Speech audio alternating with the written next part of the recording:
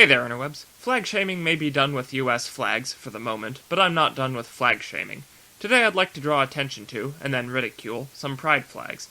This is currently the most popular pride flag, also known as the rainbow flag, and I've got nothing against it. I actually really like it, and it's my go-to example of how to correctly break a rule of flag design.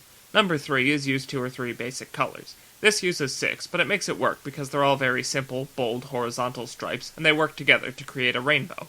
And then you've got this problematic redesign. It's generally known as the Philadelphian or Philly pride flag, because I'm sad to say Philly is its hometown. The black and brown stripes at the top represent people of color who have been marginalized in the LGBT community, just like they have been in almost every other community, to be honest. Cards on the table, I hate this flag. It's taken the conventional design's nice bright pastels in a smooth gradient and awkwardly plopped 2 clashing dark stripes on top. That's like dumping a tin of caviar on top of a wedding cake. It's good in some situations, but this is just making a mess. Shame! I shouldn't have to point out that the design is often called the rainbow flag, and there's no black or brown in a rainbow, especially not between red and infrared, but I digress. Suffice to say, if you take a rainbow and add black and brown to it, you no longer have a rainbow, and there's an important reason a rainbow was originally chosen for the design. It's literally an overarching symbol displaying a full spectrum of color. Gilbert Baker chose it for his flag design because it was something that could represent everyone. That's what makes the Philly flag so dumb. It's acting as though the stripes of color of the usual flag are supposed to represent the skin tones of the community, but if that's the case, then the Smurfs are being vastly overrepresented. Adding the stripes of black and brown to make people of color feel more included is completely missing the flag's message. Let me give a satirical example. I'm from Pennsylvania, but you don't hear about our state as much as others like California, New York, or Texas, even though we have a rich culture and played a pivotal role in our nation's history. Because we've been largely forgotten, I'd like to petition for a new national flag, one with a big green outline of Pennsylvania on the current US flag to make us Pennsylvanians feel better represented. Do you see the problem now? PA is already represented on the flag twice by a star and a stripe.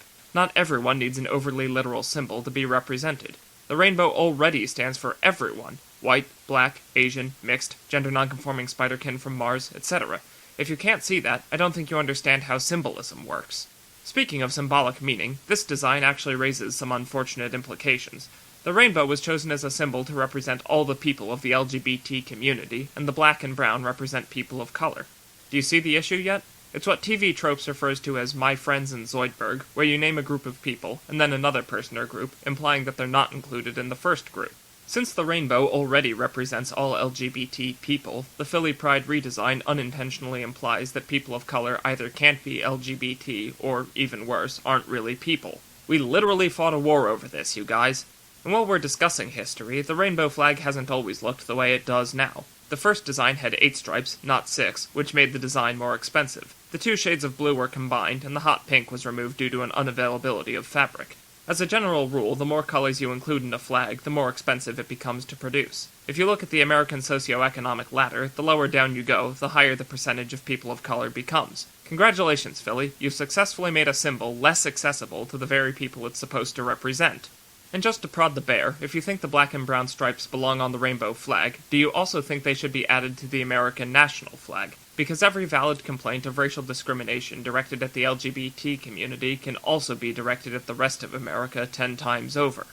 Don't get me wrong, if LGBTQ plus POC want to use this as their special variant flag, I won't stop them. I'll always say if you like your flag, fly it, and consenting adults can do as they please, after all. I just think the 6-color rainbow flag is the superior design, both aesthetically and symbolically. I also think it's important to ensure that marginalized groups have adequate representation. I'm just not crazy about trampling a good design to make a bad one.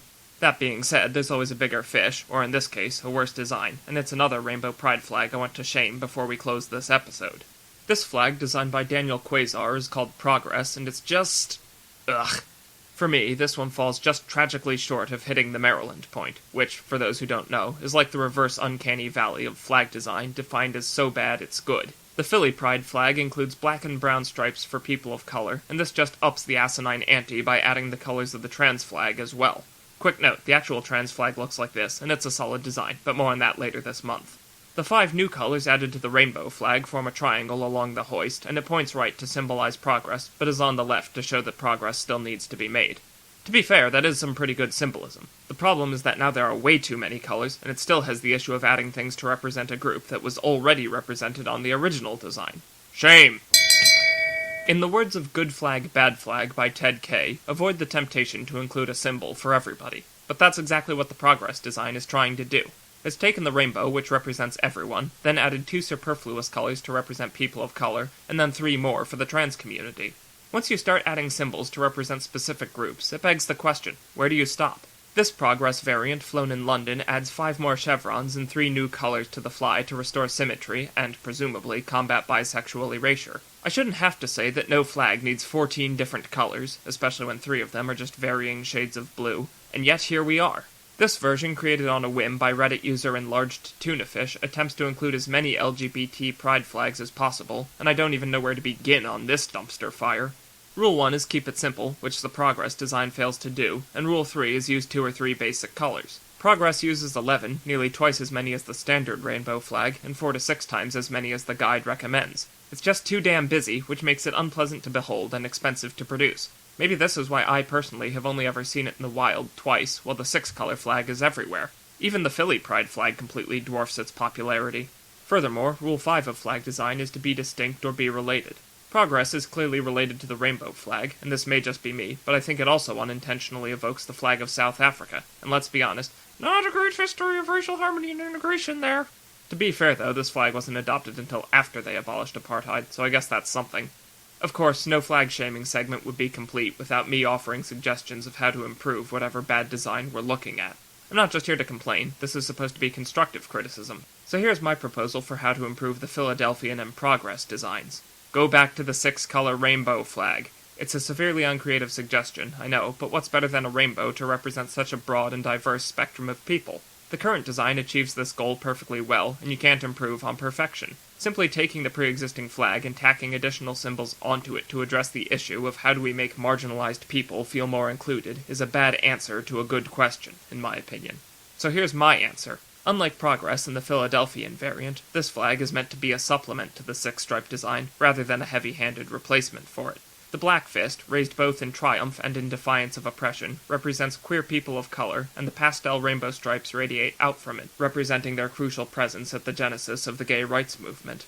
I also reintroduced the pink from Baker's original design, both in reference to the movement's origins and as a subtle nod to the transgender pride flag. This month isn't just a time to celebrate, it's a time to reflect and remember our roots. Pride started out as riots, and those riots started with the actions of transgender and gender non-conforming people of color like Stormé DeLarverie and Marsha P. Johnson. This design honors such people. It also brings an end to this episode, but I'm not done shaming pride flags just yet. As a matter of fact, in honor of Pride Month, I'll be posting a new episode focused on different pride flags each weekend for the rest of June. Come back next time, when I'll begin looking at the assorted flags of various LGBT subgroups, and, as usual, you can discuss this redesign on Reddit, link in the description. Thanks for watching, happy Pride Month, and have a gay old time!